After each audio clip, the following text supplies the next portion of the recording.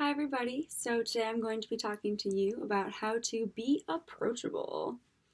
So with that, we are going to start and I'm going to continue on with this video and so first things first, I'm going to pull the Uno reverse card and ask you what you think makes people approachable. Okay, now that you've thought about that, I personally would say that people appear approachable. So if I look at someone and I don't feel as though I'd be comfortable enough to walk up to them and ask them a question, chances are I'm going to stay away. Now, with that in mind, I'd like to put out there that I have a YouTube channel, obviously. I have a workout Instagram. I have a normal Instagram. I have a Twitter account for myself and for all my poetry, which I haven't been on that one in a while, but whatever. Regardless, I have a lot of forms of social media. So you'd think I'd like to really put myself out there, which I do. However, with all of those forms of social media, I still have people that think that I'm scary. And I don't really understand it. I mean, I do, but I also don't, because I've told people like a million times that I want them to ask me questions and like I want to be here for them and I want to help them if I can. And in return, if they can help me, that's like super cool too. But people are still scared of me and I don't know why. In terms of like, I can only tell people so many times that like they can come to me. It comes to a certain point where like it's on them. So in that regard, I'm going to encourage you to kind of make things on them, on the other people. So the best that you can do with yourself is allowing for yourself to appear as though you are willing to have a conversation with someone or you're willing to help someone, if that is the case. If it's not the case, don't lie. Don't lie to yourself. Get out of here. I don't know. But basically, to start off, my very first tip going off of like all of this buildup. So number one is going to be that you need to appear to be approachable.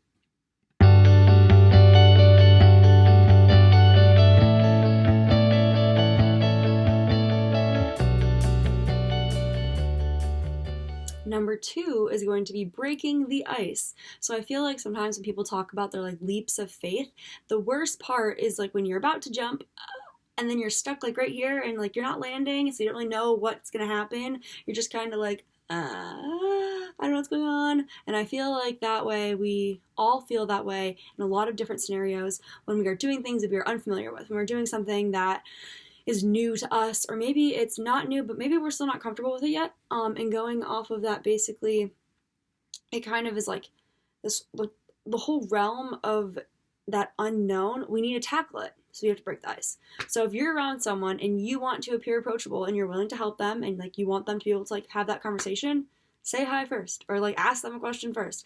I know with masks it's really bizarre because usually like I smile like a lot. Maybe that's why people think I'm scary. But I think at this point, if we do have masks on, eyes are a big indicator. So if I'm just sitting here like staring at you and you can't see my mouth, just my eyes, I don't really know what this looks like. But if I smile, you can see my smize. Smize, S-M-I-Z-E. It's recently, I think recently been coined due to COVID heavily, that you can see like, people's like smile eyes. It's like these little guys.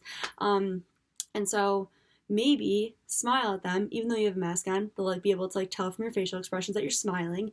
And then also your voice, like breaking the ice with your voice. Maybe not being like, hey, or just like, hey, I was wondering if you need help with something, or if I could help you, or maybe you don't even want to ask them for help. Maybe you just want to like ask them how their day is or something. But breaking that ice gets you out of that like unknown jumping spot and helps you land, because once you land in the start of that conversation, you then know how to react because they're going to respond to you and then you're going to have a conversation. So that'll be pretty good, I'd say. I also think that a big form of being approachable is going to be this number 3, which is summarizing that you're willing to help. So as I've pointed out, like I've told people that I can help them all the time, but I think a really big thing is like meaning that like in an emotional or like not empathetic manner. So like if I'm doing homework with someone and I tell them like by the end and I'm like, oh, like talk to you tomorrow or like talk to you later, see you next class. Instead of saying that, or in addition to saying that, I could say, and by the way, if I get farther on this project, I'll let you know. And it kind of like reminds them that you're willing to help them rather than them being uncomfortable because they don't know if you actually want to help them. And that's like a frustrating thing in today's society, is that we don't really believe everyone's words. And it's the worst. Like I wish I could believe everything that everyone says to me, and I try to, and then sometimes it like hurts me. But life's a live and learn process. So basically, I would just say that you're reminding them in a way in which they don't need to ask you if it's okay, just by you assuring them that it is okay, that you're there for them, that you're going to circle back. Think about it as just like, yeah, circling back, looping back. When you're ending conversations, make sure you're emphasizing the points you really need. Like, you can hit people with a lot of information and it's going to be overwhelming, like these videos sometimes probably, but by me finishing them and giving you like the 3 things that I'm trying to point out to you will help you be like, oh yeah, okay, right. So instead of being like, what did Brooke talk about, I'm going to remind you at the end of this video, which is what you should do with people to assure them that you are approachable and that you want to be there for them. And a lot of these examples have kind of been relevant to like school, because I've been doing a lot of school projects, but they're relevant in life when it comes to working with people as well outside of school, whether it is actual work or just working on life things with people, like emotional connections, which can also be friendship connections, family connections, connections with your dog. It's important to let people and animals know where you stand with them. And giving that like looping reassurance or feet circle back summary reminder, I think will be very helpful. Okay, awesome. So there are your 3 things for today. I hope that these tips can be useful, and if they are, I'd love to hear about them in the comments.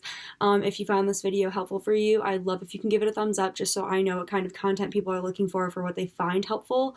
And I look forward to doing another how-to video for you next week. I'm trying really hard to pick a day to actually do YouTube videos on, but it's kind of hard because I don't want to force myself into talking about something that I don't really passionately care about. So I really only make videos when I do care a lot about something, which is why they're like kind of sporadic, but I am trying to make it like a once a week thing. So thank you for your understanding and I will see you next week.